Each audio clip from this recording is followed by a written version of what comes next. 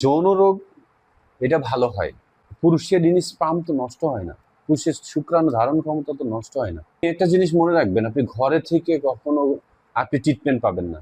চাইলে আপনারা আমার সাথে কথা বলতে পারেন, অবশ্যই আপনাদের জন্য আপনাদের টিপস দিব, আপনাদের সব পরামর্শ দিব।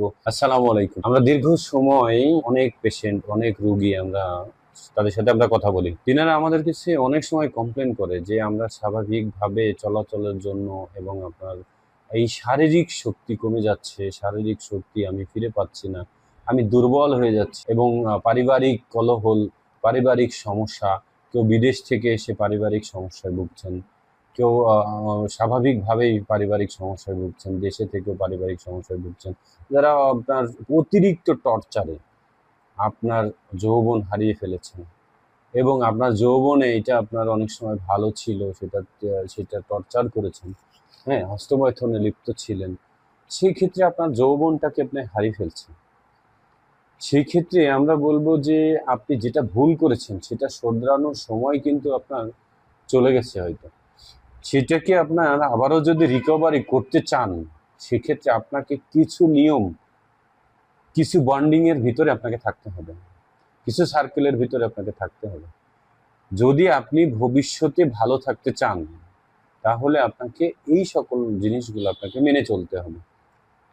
এর ভিতরে কিছু টিপস আছে, সেগুলো মেনে চললে, এই যে কিছু খাবার আছে সেগুলো যদি আপনি পরিপূর্ণ প্রতিনিয়ত খান, সেক্ষেত্রেও আপনি ভালো থাকবেন এবং আপনার যৌবনটা কিন্তু পরিপূর্ণ ঘুরে আসতে সহায়তা করবে। আর আপনি যদি এটা ভেঙে পড়েন কিংবা আপনি এটাকে নিয়ে টেনশন ফিল করেন, তাহলে এই রোগটা কিন্তু আপনাকে একসময় মানসিক রোগে পরিণত করবে। ইভেন আপনার শারীরিক শক্তি থেকে আপনি মানসিক টেনশন, মানসিক রোগী এবং ব্রেনের হ্যাম্বার হয়ে যেতে পারে এবং ব্রেন স্ট্রোক হতে পারে। আরও স্বাভাবিক কোনো রোগে আপনি জড়িয়ে যেতে পারেন। আপনার ঘুম হবে না, আপনি স্বাভাবিক মানুষের মতো চলতে পারবেন না, আপনি স্বাভাবিক মানুষের সাথে মিশতে পারবেন না, আপনি স্বাভাবিক টেনশনের মধ্যে থাকবেন। তো এই সকল সমস্যা থেকে বেরিয়ে আসতে হলে আপনার সমস্যা হয়েছে, আপনাকে ট্রিটমেন্ট করতে হবে, আপনি ডাক্তারের শরণাপন্ন হতে হবে।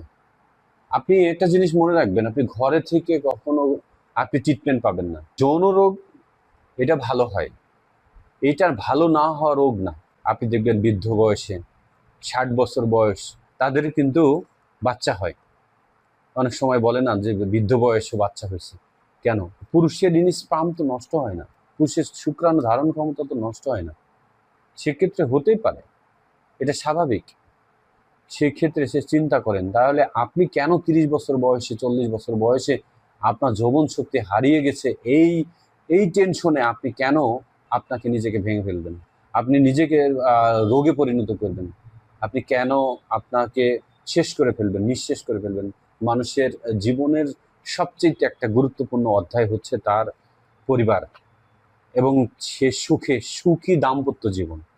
আর এই জীবনটা যদি কখনো কোনো মানুষের শেষ হয়ে যায়, তো তার জীবনে কিন্তু কিছুই থাকে না। তো এইটাকে ধরে রাখার জন্য আপনাকে এই সমস্ত পরামর্শগুলো আপনাকে রাখতে হবে, টেনশন থেকে দূরে থাকতে হবে, খাবারগুলো, সুষম খাবারগুলো খেতে হবে এবং ইভেন আপনাকে চিকিৎসকের পরামর্শ অনুযায়ী আপনাকে চিকিৎসা নিতে হবে।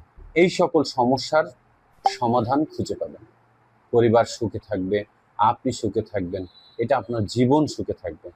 হ্যাঁ, বাঁচা মরার জীবন, 2 দিনের জীবন। আপনি ভাবছেন যে আমার সমস্যা হয়েছে, আমি 2 দিনের জীবন। না, এটা আপনার যেরকম অধিকার আছে একজন পার্টনারের, আপনার পরিবারেরও অধিকার আছে আপনার কাছে কিছু জিনিস চাওয়ার। আপনার কারণে আপনার পরিবার হয়তো, হ্যাঁ, অনেক খারাপ কাজে লিপ্ত হতে পারে, পরকীয়ায় লিপ্ত হতে পারে। যদি আপনি সেই সুখ, সেই তৃপ্তি, আপনি সেই সময় যদি তাকে না দিতে পারেন, এটা আপনার ব্যর্থতা, এটা অন্য কারোর ব্যর্থতা না। আপনার পরিবার কিন্তু ভাবতে থাকে যে আমি কোথায় যাব, কি করব, আমার তো চাহিদা আছে।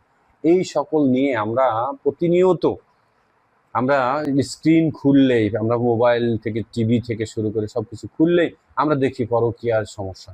সমস্যা কোথায় থেকে উৎপন্ন হয় এগুলো কিন্তু আমাদের সকলের জানা।